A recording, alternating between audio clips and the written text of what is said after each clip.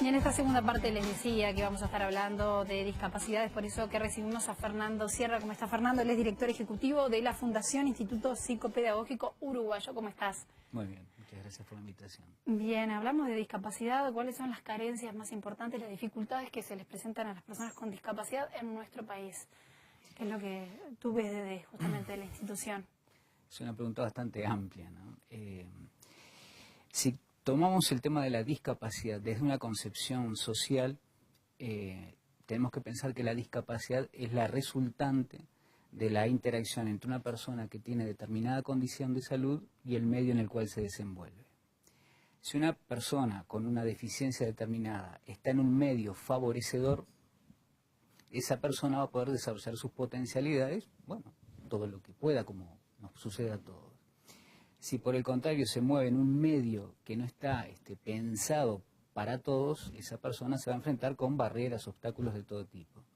En ese sentido, las dificultades que se presentan tienen que ver con los ámbitos sociales, físicos, culturales, institucionales. Se incluyen el tema de la discapacidad en un sentido global, amplio, ¿no? Recordemos que la discapacidad es un tema que nos involucra a todos. Más tarde o más temprano nos va a tocar por algún lugar. En ese sentido, en nuestro país prácticamente 1 millón de personas están directamente involucradas, y digo 1 millón de personas porque si bien la incidencia de la discapacidad para Uruguay es del 7,6%, lo que da algo así como 250.000 personas, por cada persona con discapacidad hay por lo menos 3 familiares involucrados directamente en la atención, en el cuidado de esa persona con discapacidad. O sea que es un tema que nos involucra a todos. Tú decías 250.000 personas que tienen discapacidad. ¿Eso es a nivel mundial, digamos? ¿Es una media que estamos a la par del resto? ¿Qué situación está Uruguay en ese sentido? Bueno, internacionalmente la Organización Mundial de la Salud sobre todo plantea que la discapacidad está en el entorno del 10%. A partir de la encuesta que se hizo en el año 2004 acá en Uruguay, dio que bueno, la incidencia de la discapacidad es un 7,6%. Uno diría que estamos mejor que en otras partes. Esto es del año 2004 y claro, esto también es relativamente, o puede ser relativamente cambiante, ¿no? Porque hay que ver bien qué se considera por discapacidad, cómo se encuesta, dónde se encuesta, en fin. Pero básicamente estaríamos en el entorno internacional, digamos, de los parámetros internacionales con respecto a la incidencia de discapacidad. Desde la institución de ustedes, que brinda justamente apoyo psicopedagógico, ¿qué concepción tiene justamente de la discapacidad? Es social, desde la fundación que se creó en el año 1980, desde el inicio apuntó a la inclusión. En aquel momento se hablaba de integración. Bueno, a la inclusión, en aquel caso, en aquella época, de niños, adolescentes y jóvenes con trastornos del espectro autista, la inclusión en la sociedad donde viven, donde vivimos. En ese sentido se ha promovido desde siempre la integración a nivel de la sociedad. La fundación está transversalizada por el concepto de la inclusión. ¿Crees que realmente hemos ido logrando como sociedad uruguaya ir integrándolos un poco más? ¿O eso todavía aún cuesta, relega? Es un tema, además que muchas veces la gente o familiares tratan de ocultarlo, ¿no? Sobre todo cuando se tratan de niños en un entorno familiar, eso de ocultar y dejar un poquito... Sí, desde Creo, siempre... da la sensación de que sigue ocurriendo. Sí, o sea, hemos avanzado mucho, primera cuestión. Creo que nos falta mucho más aún, pero hemos avanzado mucho. Si pensamos, o algunos de los que podemos pensar lo que sucedía en la década de los 80 y lo que sucede ahora, han habido cambios importantes. Como por ejemplo... La inclusión. Antes podía haber 1 o 2 instituciones que aceptasen a un niño que tenía un funcionamiento, digamos, disfuncional comparativamente al resto de los niños de su edad. Hoy día prácticamente todas las instituciones aceptan niños bueno, con funcionamientos distintos, digamos. Capaz que no los aceptan de la mejor forma o que tienen que trabajar más al interno de la institución a efectos de promover la inclusión de una manera más activa, en fin. Pero hoy día ese problema que antes existía y que era terrible, no había una escuela donde integrar a un niño, por ejemplo.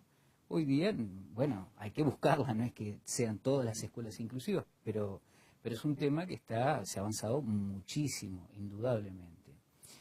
Con respecto a apoyos, también, hoy día hay muchos más apoyos de los que había, bueno, hace algunas décadas atrás, sin duda. Claro, es necesario más, sin duda, pero creo que se ha avanzado mucho en la atención que se brinde y en los apoyos que se dan a las personas con discapacidad. Quizás sea un poco disparo todavía entre Montevideo y el interior, ¿no? Esa situación. En Montevideo, por ejemplo, hay una escuela, la 200, creo que es para personas con discapacidad.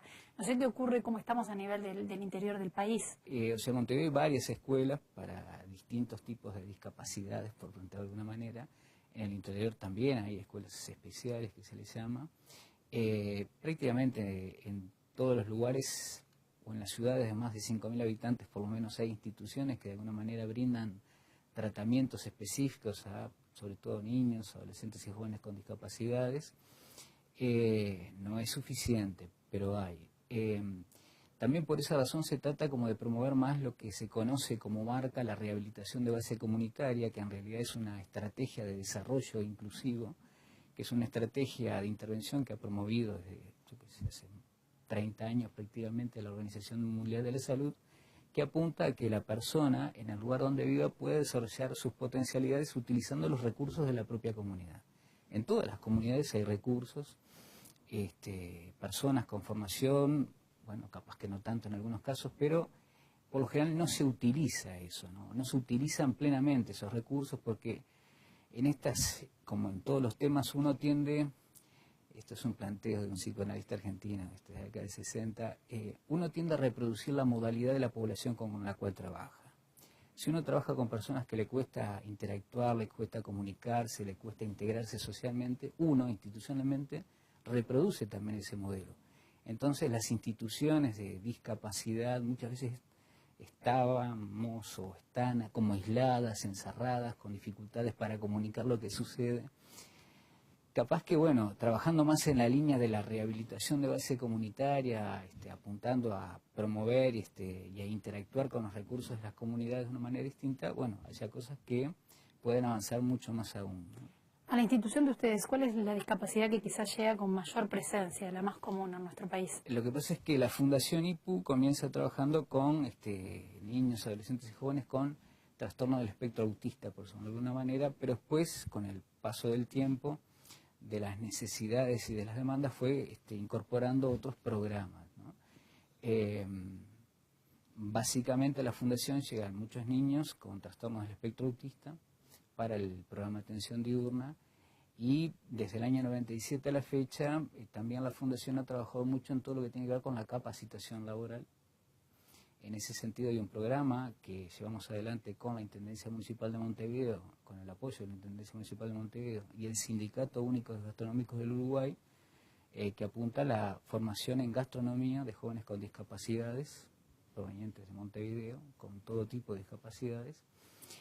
Y bueno, se ha generado a partir de ese programa, que lo tenemos del año 97, algo muy interesante, que es la creación de una cooperativa social en el área de la gastronomía, que hoy día está inserta en el mercado laboral con muchísimo éxito, ¿no? Puntualmente, la inserción laboral es quizás una de las más difíciles para las personas que tienen una discapacidad. Es difícil, también se están haciendo muchas cosas, está el programa de capacitación laboral para personas con discapacidad del Instituto Nacional de Empleo y Formación Profesional, que ha venido trabajando mucho en esa línea.